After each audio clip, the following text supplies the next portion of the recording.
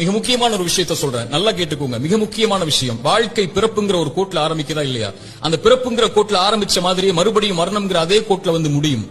பிறக்கும் போது எப்படி ஒண்ணும் இல்லாம வந்தானோ அது போல மரணிக்கும் போதும் ஒண்ணுமே இல்லாம எல்லாத்தையும் விட்டுட்டு போயிருவான். அவனுடைய செல்வம், சொத்து, குடும்பம், குழந்தை எல்லாத்தையும் விட்டுட்டு ஒண்ணும் இல்லாம பிறந்தது மாதிரியே போய் சேர்ந்துருவான். அப்ப எதுக்கு இந்த வாழ்க்கை, எதுக்கு இவ்வளவு பெரிய போராட்டம்னு கேட்கக்கூடியவங்களுக்கு இறை தூதர் இந்த 3 செயல்களை நீங்க உலகத்துல வாழும் போதே விதை போடுங்கன்னு சொன்னாங்க. அது பின்னால நீங்க அறுவடை செய்வீங்க, நீங்க மரணிச்சதற்கு பிறகும் உயிரோட வாழ்வீங்க, அதன் காரணமான்னு சொன்னாங்க. அந்த 3 விஷயம் என்ன தெரியுமா? முதல் விஷயம், இறைவன் உங்களுக்கு செல்வம் ஒண்ணு கொடுப்பான், அது பிறருக்கு இந்த உலகத்திலேயே கொடுத்து உதவுங்க. அதன் மூலமாக ஒரு பலன் பெற்றிருந்தால், அதன் மூலமாக இன்னொரு பலன் பெற்றிருந்தால் அந்த தொடர் நன்மை உங்களுக்கு வந்தடையும் சொன்னாங்க.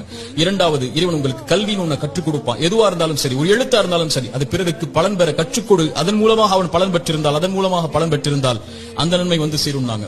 மூன்றாவது, இறைவன் உங்களுக்கு குழந்தை ஒன்று கொடுப்பான். கணவன் மனைவி நோக்கமே அதுதான். அந்த குழந்தையை நல்ல முறையில் வளர்த்தெடுத்து அந்த குழந்தை உங்களுக்காக பிரார்த்தனை செய்யும் அளவிற்கு நீங்கள் வளர்த்திருந்தால் அந்த குழந்தை செய்யக்கூடிய பிரார்த்தனைன்னு சொன்னாங்க. அப்படி நல்ல குழந்தைகளை இந்த பூமியில் இருந்து மரணிப்பதற்கு முன்னதாக வளர்த்தெடுப்பதும் சொன்னாங்க.